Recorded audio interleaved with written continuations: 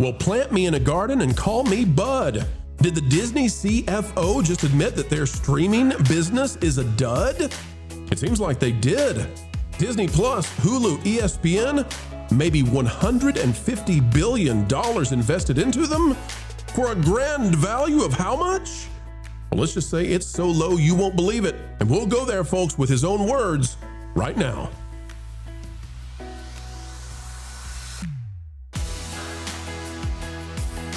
Hello, folks. Hello, friends. Welcome back yet again to the channel that continues to turn the page, revealing the truth behind every single video. As we dive in today, consider clicking the like button.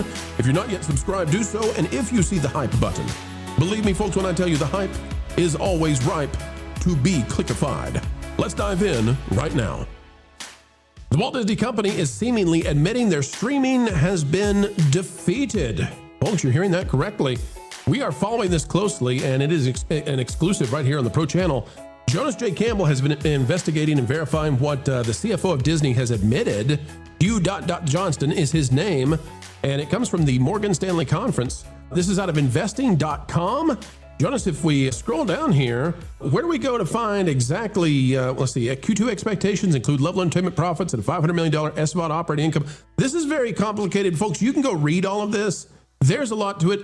Jonas, what is all of this inside this investing.com article that we need to know about, though, coming from the CFO of Disney? So my former Twitter follower, Hugh Johnston, the CFO of the Walt Disney Company. That's true, folks. Jonas has been followed in the past by the CFO. Yeah, before he realized who I was, he actually did follow me on X one Sunday morning. I don't think that's how that. I think that he realized he was on his account as opposed to the account that he likes to follow all the newsmakers with. And then he said, oh, no, it's my real account. I got to get rid of that one. Yeah. So he did a presentation at the Morgan Stanley conference here. They come up with different names for them every time. One's the technology conference. This is the strategic growth and innovation conference. It doesn't really matter the name of the conference, but he was there and he expounded on everything that's going on the parks and the streaming business and the linear business here. And he said many things that I found very interesting. Like they have a scarcity issue at the parks. Well, why do they have a scarcity issue? Because they lowered capacity so they can sell more Lightning Lane. That's a well-documented fact of the company right now. Attendance is down for the last 2 years in their first quarter, otherwise known as the holiday quarter, at the end of everyone else's year. It's the beginning of Disney's year, and it's down. But income and operating income is up. The thing that we're talking about today, though, is a really shocking comment by Hugh Johnston, in which whoever was interviewing him here said that streaming is a $20 billion business for Disney. And that really stuck out to me. The thing that also stuck out to me is that Hugh Johnston agreed and said that it's a $20 billion business. That sounds like a lot of money, except when you realize that the entire Walt Disney Company is a $185 billion business, and they've spent over $150 billion on getting streaming to work. If those sound like ridiculous numbers, like how are they still alive as a company? Well, you're in the same boat as anyone who's actually looked at their financials over the last 10 years. This is an abysmal waste of cash, and I believe it. So let's go with the base level item here. The fact that programming costs on Hulu and Disney Plus bottom out at $6 billion a year around 2019, but they're mostly $10 billion a year. So that pretty large amount of money there, outclassing the value of the entire organization, or the fact that they spent $10 billion, almost $10 billion. Let's give them an extra two here. They spent $8 billion buying 1/3 of Hulu, not to, discount the other third of Hulu that they purchased with the Fox acquisition, which hey, Marvin, how much did they buy Fox for? I don't remember that off the top of my head. Was it like $70 billion? It was $68 billion. You do remember it off the top of your head, Marvin. That's how good you are. Okay. So, and they said very specifically that purchase was done with the express intent of making streaming work at the Disney company. So we could say $70 billion right there is what they spent on the streaming business. But so far, my tally right now is, let's see, 10, 20, 30, 40, 50, 60 billion just in programming costs alone, before we get into the tens of billions of dollars that they've spent in order to acquire things and the businesses that they killed in order to make streaming work, like home media, like running things on cable. Well, look at their cable channels right now. You try to watch a movie on Freeform during the commercial breaks, you're inundated with messages about like, you could be watching this movie commercial free right now on Disney Plus. Yep.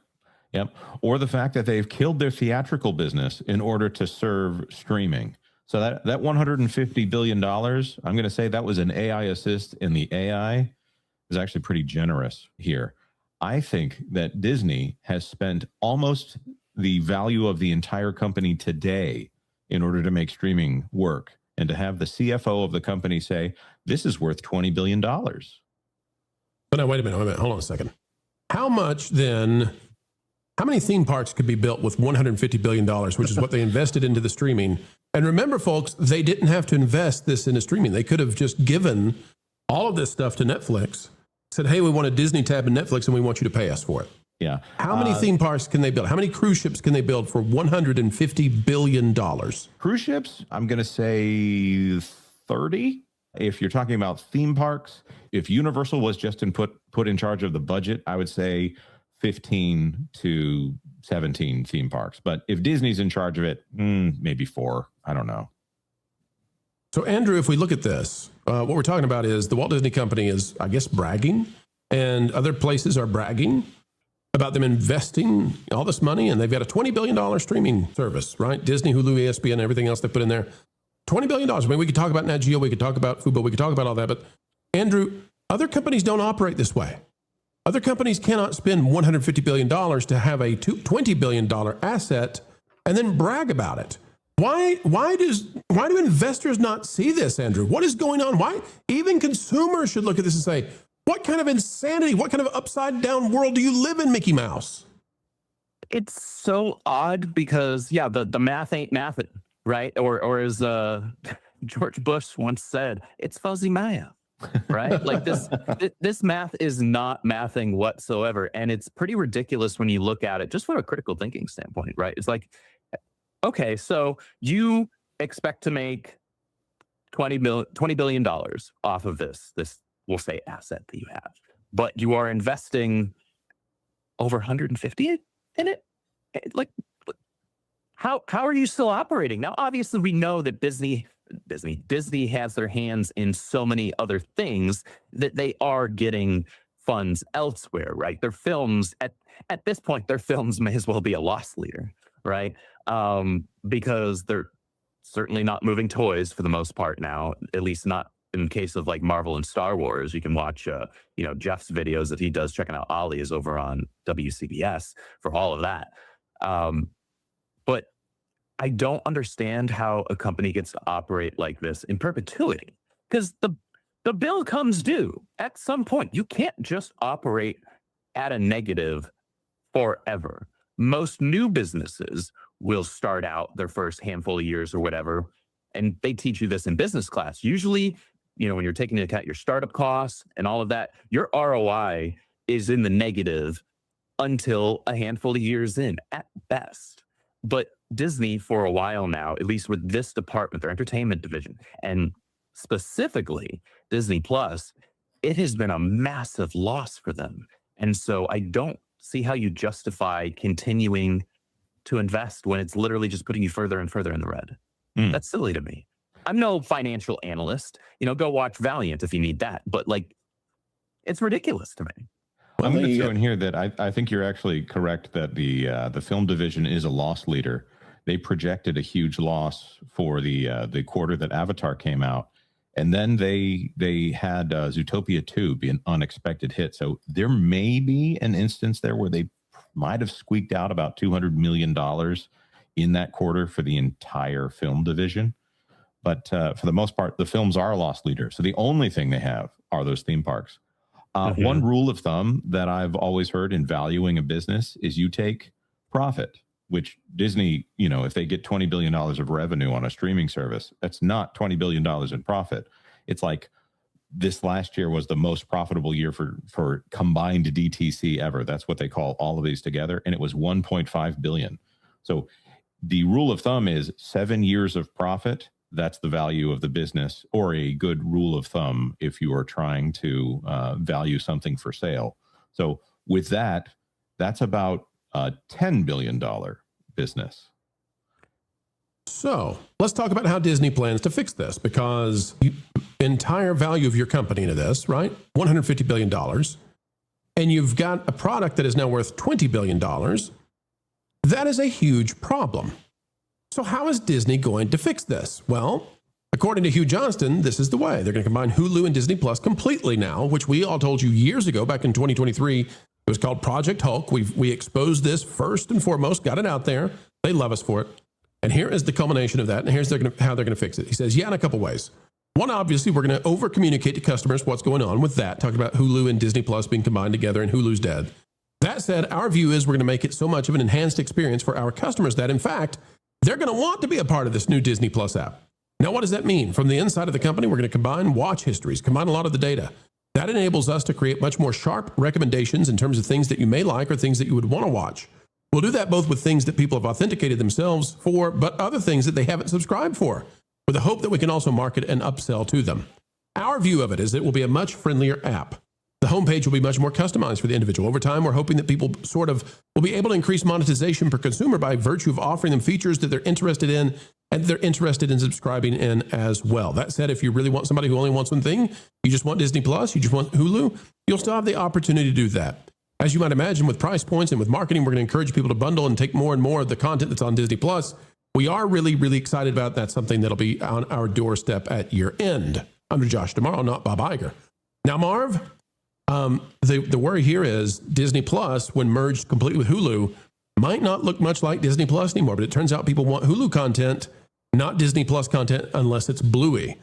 What do you think about the brand merger here and the idea that you're going to get much more grown-up content on a Disney app where kids largely have been, not many grown-ups using Disney Plus these days?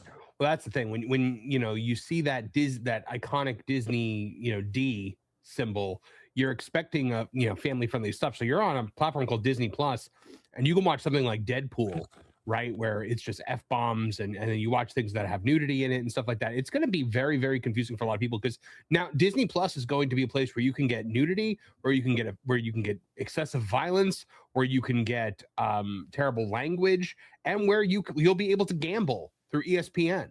So, I mean, it's really going to drag that Disney name and the family-friendly image that Disney's tried to cultivate since the days of Walt through the mud, the blood, and the beer. I mean, it's absolutely going to impact the way Disney is viewed, I think.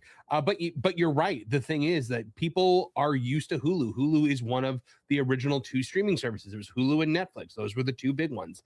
And implementing Hulu into Disney Plus is going to be instrumental to being able to point to Disney Plus and pretend that it's a success, because people still want their Hulu. They still want access to, ABC and NBC and whatever shows on the next day. So that all comes from Hulu. And so Hulu is going to be integral to Disney Plus, but it's also going to tarnish that Disney part of the name. That's why keeping Hulu as its own thing and keeping Hulu as a tab on there was so important. If it's all just Disney Plus, well, then the Disney name is now something completely different than it's been, since its inception. Can we agree, Marv, that when we do a documentary on the burn down of the Disney empire, all on this investing into streaming, that they didn't have to do again? They could have licensed this out to Netflix or to Amazon. Can we call that Disney Plus mud, blood, and beer? Can we do that? That was an old Dusty Rhodes. When Dusty Rhodes would have a bunkhouse match in wrestling, he'd go, "I'm gonna see you in the mud, the blood, and the beer." So I tend to use that phrase every once in a while. But yes, we could probably co-opt that. He's not alive anymore. Find out if that's trademarked. And it is time to put a bow on it for this one, folks. Is a gift to everybody who wants to know exactly what's going on in the entertainment industry. And we are so joyful that you were there to receive it. We hope that you had a great time. An attitude of gratitude on this channel every single time you decide to spend time with us. As we get ready to say goodbye, we only ask a few simple things. Click that like button, share, subscribe, click it, and stick it to those algorithms. It is the notification bell. Drop a comment down below. Let us know your thoughts. A mind is a terrible thing to waste, so waste not yours. And folks, as you get ready to head out that door, do you have a place on social media that you love to share this sort of thing? Hey, you can make this YouTube video sing by putting it out there for your friends, your family, and for those weirdos who just won't leave you alone. Folks, until the next time, keep learning, keep growing, and keep having fun.